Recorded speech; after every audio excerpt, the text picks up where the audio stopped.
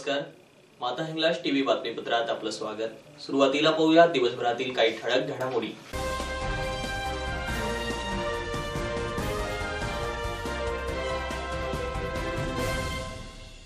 कोरोनाच्या पार्श्वभूमीवर यंदा दत्त जयंती उत्सव साध्यापणाने साजरा।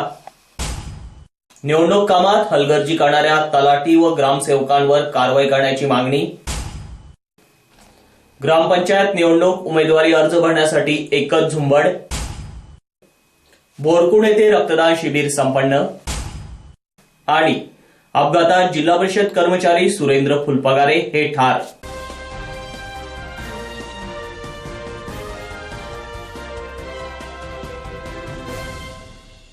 आता पाहूया बातमीपत्र विस्ताराने। कोरोना संकटाची छाया यंदा श्री दत्त जयंतीवर पडली। या संकटामुळे ठिकठिकाणच्या श्री दत्त देवस्थानांनी यंदाचा जयंती उत्सव साधेपणाने, कमी गर्दीत आणि कोरोनाबाबतचे नियम पाळून साजरा केला। दत्त जयंतीच्या पार्श्वभूमीवर धुळे शहरातील श्री दत्त देवस्थानांमध्ये साध्या पद्धतीने दत्त जन्म सोहळा साजरा करण्यात आला व भाविकांनीही कोरोनाबाबतचे नियम पाळून दर्शनाचा लाभ घेतला। तथा विविध दत्त भक्तांतर्फे भंडारा नसून प्रसाद वाटण्यात आला। तसेच जिल्हाधिकाऱ्यांच्या आदेशानुसार श्री दत्त जयंती यात्रा रद्द करण्यात आल्यामुळे देवस्थानांमध्ये होणारे धार्मिक कार्यक्रम मोजक्याच मानकरी मंडळींच्या उपस्थितीत साजरे करण्यात आले। धुळे शहरातील महात्मा गांधी पुतळा परिसरातील तथा शिवाजी रोडवरील श्री स्वामी समर्थ सेवा केंद्रातही श्री दत्त जयंती साजरी करण्यात आली। त्यात मनोभावे श्री दत्तांची महाआरती करून दर्शनाचा लाभ घेण्यात आला। यावेळी उपस्थित महिला पुरुष भाविकांनी शासनाचे नियम पाळून तोंडास मास्क घालत दत्ताची प्रार्थना केली। यावेळी उपस्थित भाविक भक्तांना शिरा, केळी, पेढ्यांचा प्रसाद वाटण्यात आला। यावेळी भाविकांनीही प्रसादाचा उत्स्फूर्त लाभ घेतला।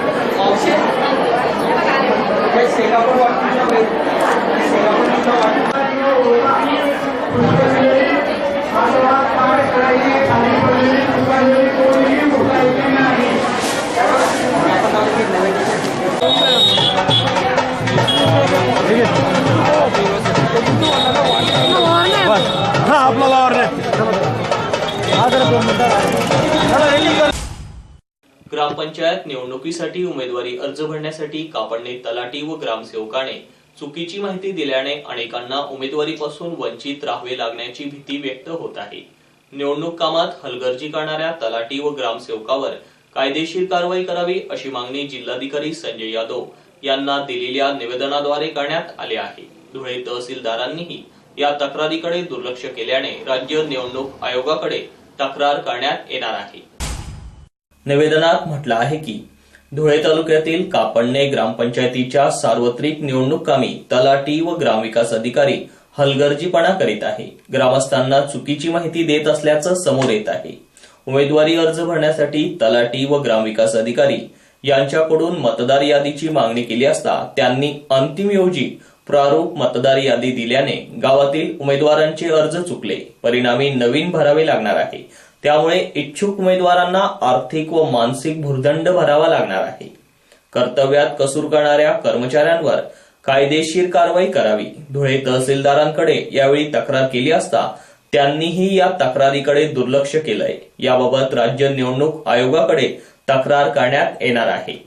निवेदनावर रामकृष्ण पाटील, अंजन कुमार पाटील, प्राचार्य विश्वासराव देसले, प्राध्यापक अशोक पाटील, जीवन पवार, चंदू पाटील, सचिन पाटील, महेंद्र पाटील, उमाकांत खलाणे, विशाल शिंदे, मनोज पाटील आदींच्या सह्या आहेत।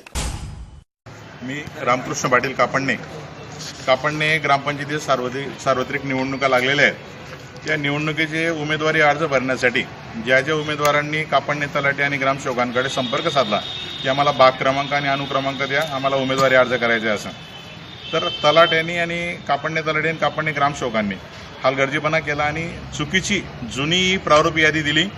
त्याच्यामुळे सुमारे 100 उमेदवारांना पूर्ण प्रक्रिया, उमेदवारी अर्ज भरणे, स्वयं घोषणापत्र हे करणे, पूर्ण प्रक्रिया ही नवीन राबवावी लागणार आहे। आज 28 तारीख आहे, 2 दिवस वेळ आहे म्हणून ठीक आहे। एखादा उमेदवार जर 30 तारखेला उमेदवारी अर्ज भरण्यासाठी आला आणि जर त्याला ऐनवेळेस ही गोष्ट समजली तर तो उमेदवारी करण्यापासून हे राहू शकतो। तर या सगळ्या गोष्टी संदर्भात धुळे तहसीलदार गायत्री सेंदाने मॅडम यांना मी अतिशय नम्रपणे या गोष्टी त्यांच्या लक्षात आणून दिल्या आणि कापडण्याचे तलाठी आणि ग्रामसेवक दोघांना मॅडमांसमोर उभं केलं, त्यांना सांगितलं, त्यांनी चूकही मान्य केली तरी मॅडमांच्या तक्रार ऐकून घेण्याच्या मनस्थितीत नव्हते। म्हणून या ठिकाणी आम्ही सर्व ग्रामस्थ माननीय जिल्हाधिकारी यादव साहेब यांना भेटलो आणि त्यांना ती तक्रार दिली आणि दोन्ही अधिकाऱ्यांवर आणि सैंदाने मॅडमांवर निवडणूक अधिनियमानुसार कारवाई व्हावी अशी मागणी आम्ही या ठिकाणी केलेली आहे। 3 दिवसांच्या शासकीय सुट्टीनंतर सोमवारपासून ग्रामपंचायत निवडणुकीसाठी अर्ज भरण्याची प्रक्रिया सुरू झाली। अर्ज भरण्यासाठी कमी अर्थात एकच दिवस असल्याने आज मंगळवारी अर्ज दाखल करणाऱ्यांची एकच झुंबड झालेली होती।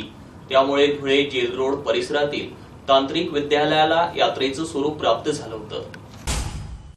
ग्रामपंचायत निवडणूक जाहीर झालेली असून जिल्ह्यातील 218 ग्रामपंचायतींसाठी 23 डिसेंबर पासून उमेदवारी अर्ज भरण्यास सुरुवात झालेली आहे।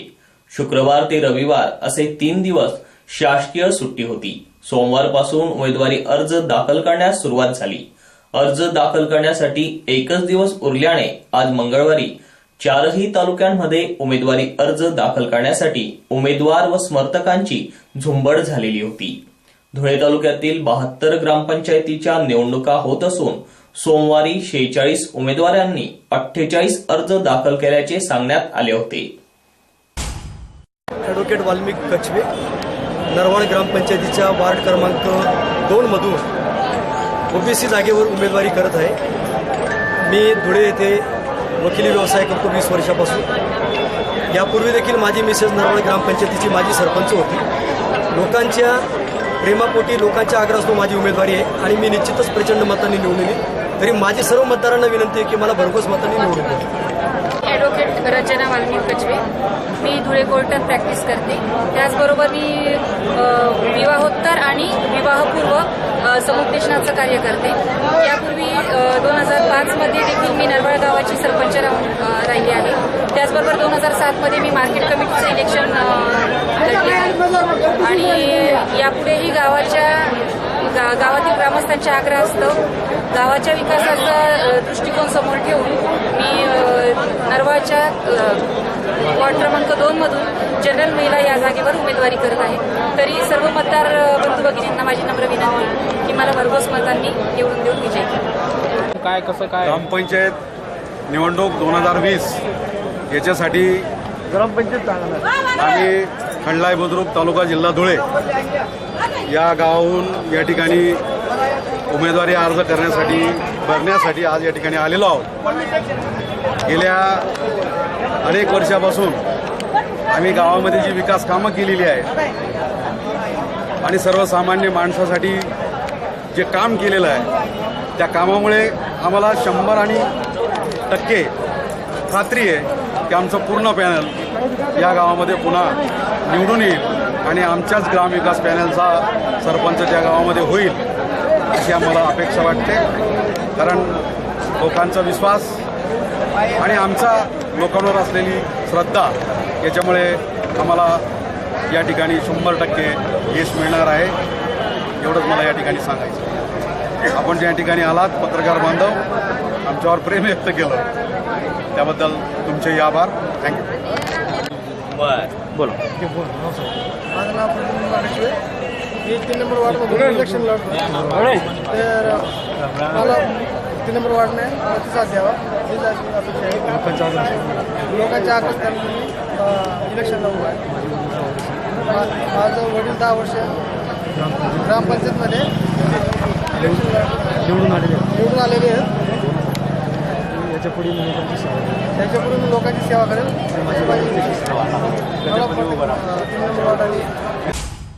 धुळे तालुक्यातील बोरकुंड येथे इंदुबाई भदाणे प्रतिष्ठानच्या वतीने मावळत्या वर्षाला निरोप देण्यासाठी व सध्या असणारा रक्ताचा तुटवडा लक्षात घेऊन भव्य रक्तदान शिबिराचं आयोजन करण्यात आलं होतं. यावेळी अनेक रक्तदात्यांनी रक्तदानही केलं.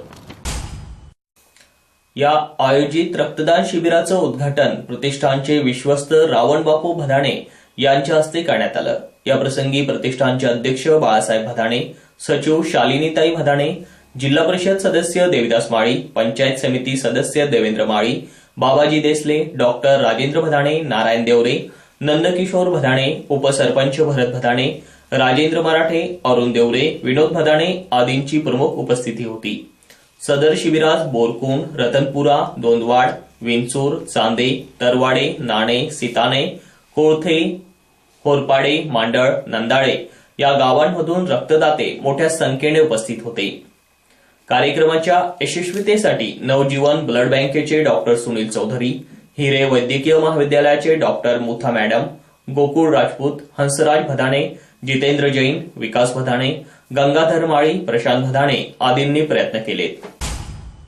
मी शरद बेहरे, बोरकुंड स्थित इंदुबाई भदाणे प्रतिष्ठान या बोरकुंड पंचक्रोशीमध्ये अनेक प्रकारचे सामाजिक उपक्रम राबवत असते.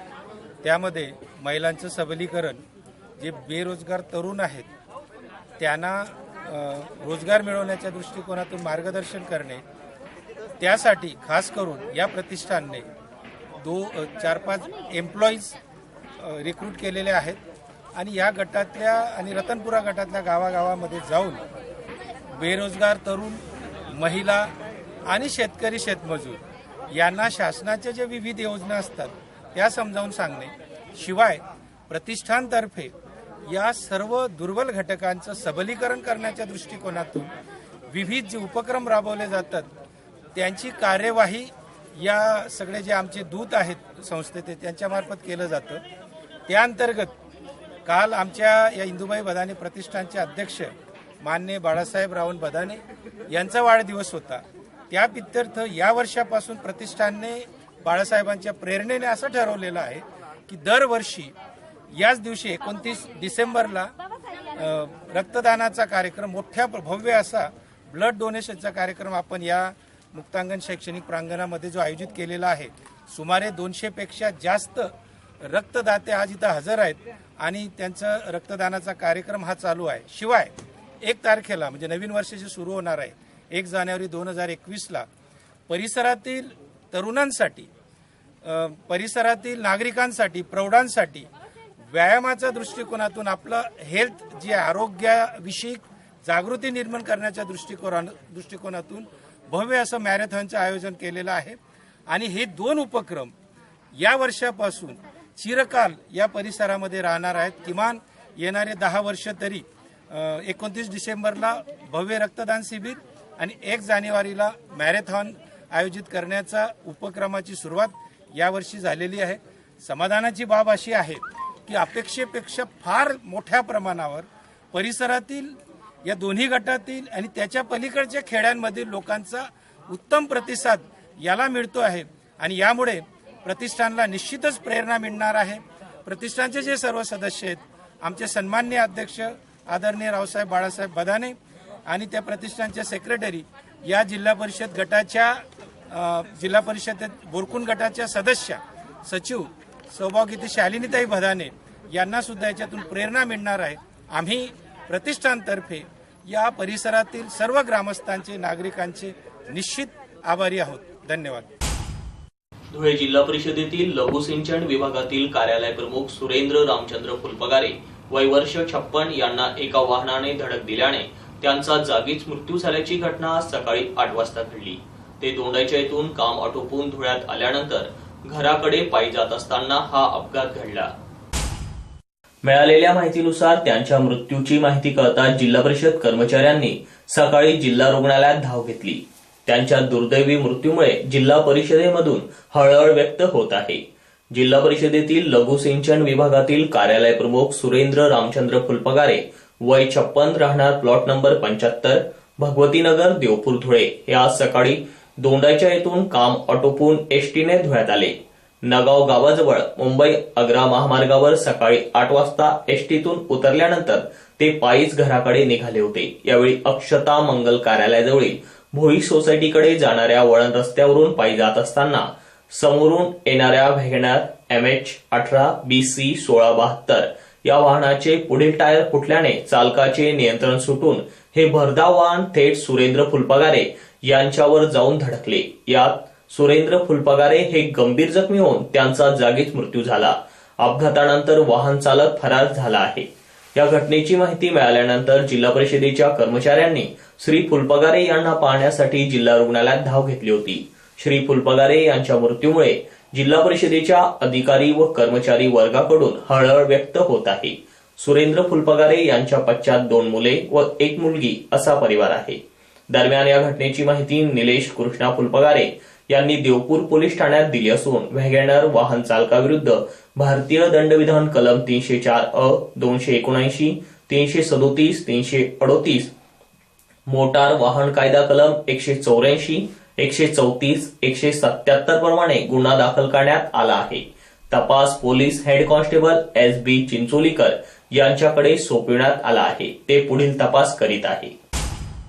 शेवटी पुन्हा एक नजर ठळक घडामोडींवर. कोरोनाच्या पार्श्वभूमीवर यंदा दत्त जयंती उत्सव साध्यापणाने साजरा. निवडणूक कामात हलगर्जी करणाऱ्या तलाठी व ग्रामसेवकांवर कारवाई करण्याची मागणी. ग्रामपंचायत निवडणूक उमेदवारी अर्ज भरण्यासाठी एकच झुंबड. बोरकुण येथे रक्तदान शिबिर संपन्न. आणि अपघातात जिल्हा परिषद कर्मचारी सुरेंद्र फुलपगारे हे ठार.